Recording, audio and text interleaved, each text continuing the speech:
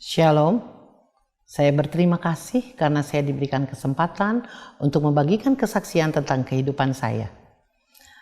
Saya Herlina Syahailatua, saya bekerja di Rumah Sakit Advent Bandung sudah 30 tahun. Dan pada saat ini saya menduduki kedudukan saya bekerja di Chaplain bergabung bersama dengan pendeta-pendeta. Kesaksian saya adalah bekerja di Chaplain bukanlah hal yang mudah bagi saya karena saya tidak memiliki pengalaman untuk bekerja di bidang ini. Tapi saya memberanikan diri ketika saya mendapatkan surat keputusan bahwa saya harus bekerja di Chaplain.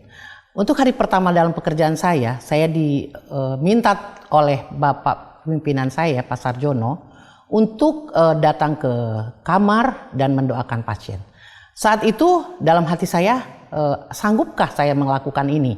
Karena saya tidak ada pengalaman sama sekali. Tapi saya berusaha dan di dalam hati saya berdoa semoga Tuhan menolong saya. Dan pengalaman hari pertama sangat mengesankan bagi saya.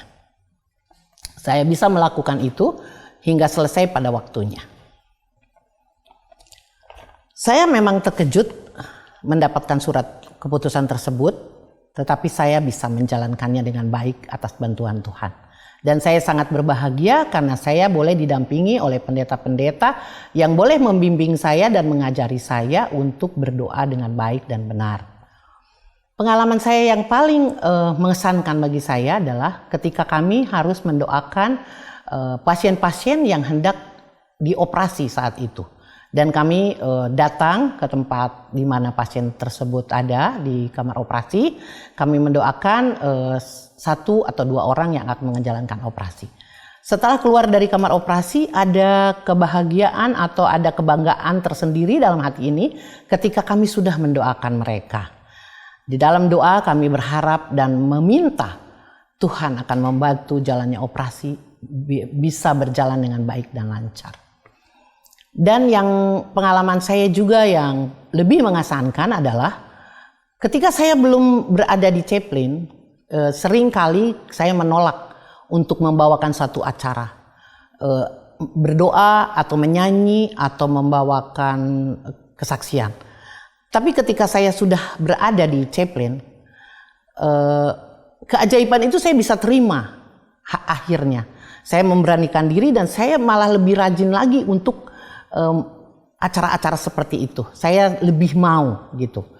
Nah setelah lebih lama lagi, saya sekitar sudah hampir 3 tahun bergabung bersama Chaplain, saya boleh merasakan perubahan lebih baik dalam diri saya. Karena saya lebih mau lagi untuk melayani dalam bentuk apapun. Nah, kesaksian saya yang berikut adalah ketika pendeta, teman kami datang ke satu tempat di satu kamar, ketika dia hendak mendoakan, pasien tersebut menolak untuk didoakan.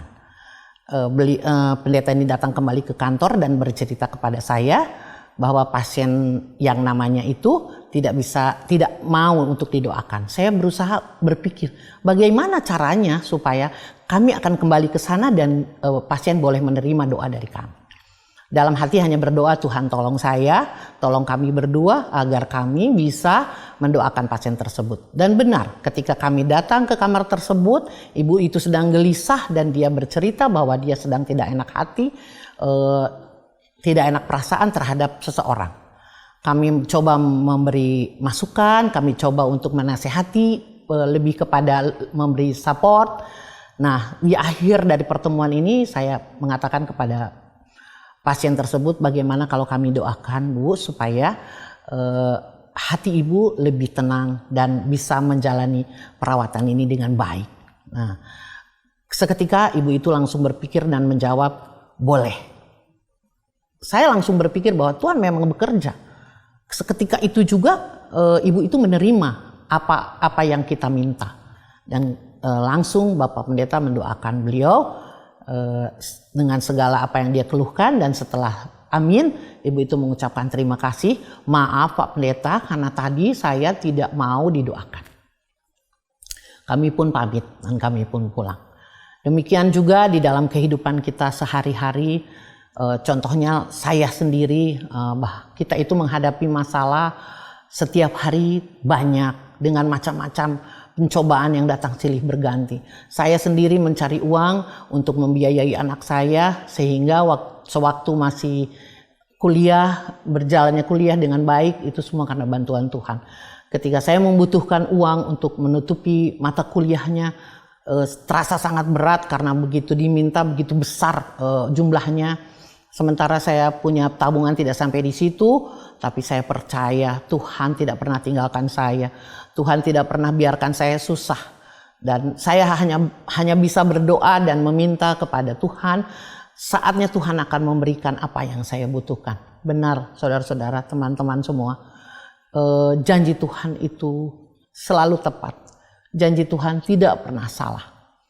Kita harus percaya bahwa jika kita datang kepada Tuhan dan meminta dengan segala ketulusan hati kita dan dengan segala kesungguh-sungguhan, Tuhan tidak pernah tinggalkan kita. Tuhan tidak pernah abaikan dan Tuhan tidak pernah lupakan janjinya bagi kita. Satu kali kelak di mana kita membutuhkan Tuhan, Tuhan selalu ada bagi kita. Percayalah, Tuhan selalu menepati janji-janjinya. Di dalam 2 Petrus 3 ayat 9 dikatakan, Tuhan tidak pernah lalai akan janjinya. Walaupun ada yang menganggap Tuhan lalai akan janjinya. Tapi itu tidak pernah Tuhan lakukan.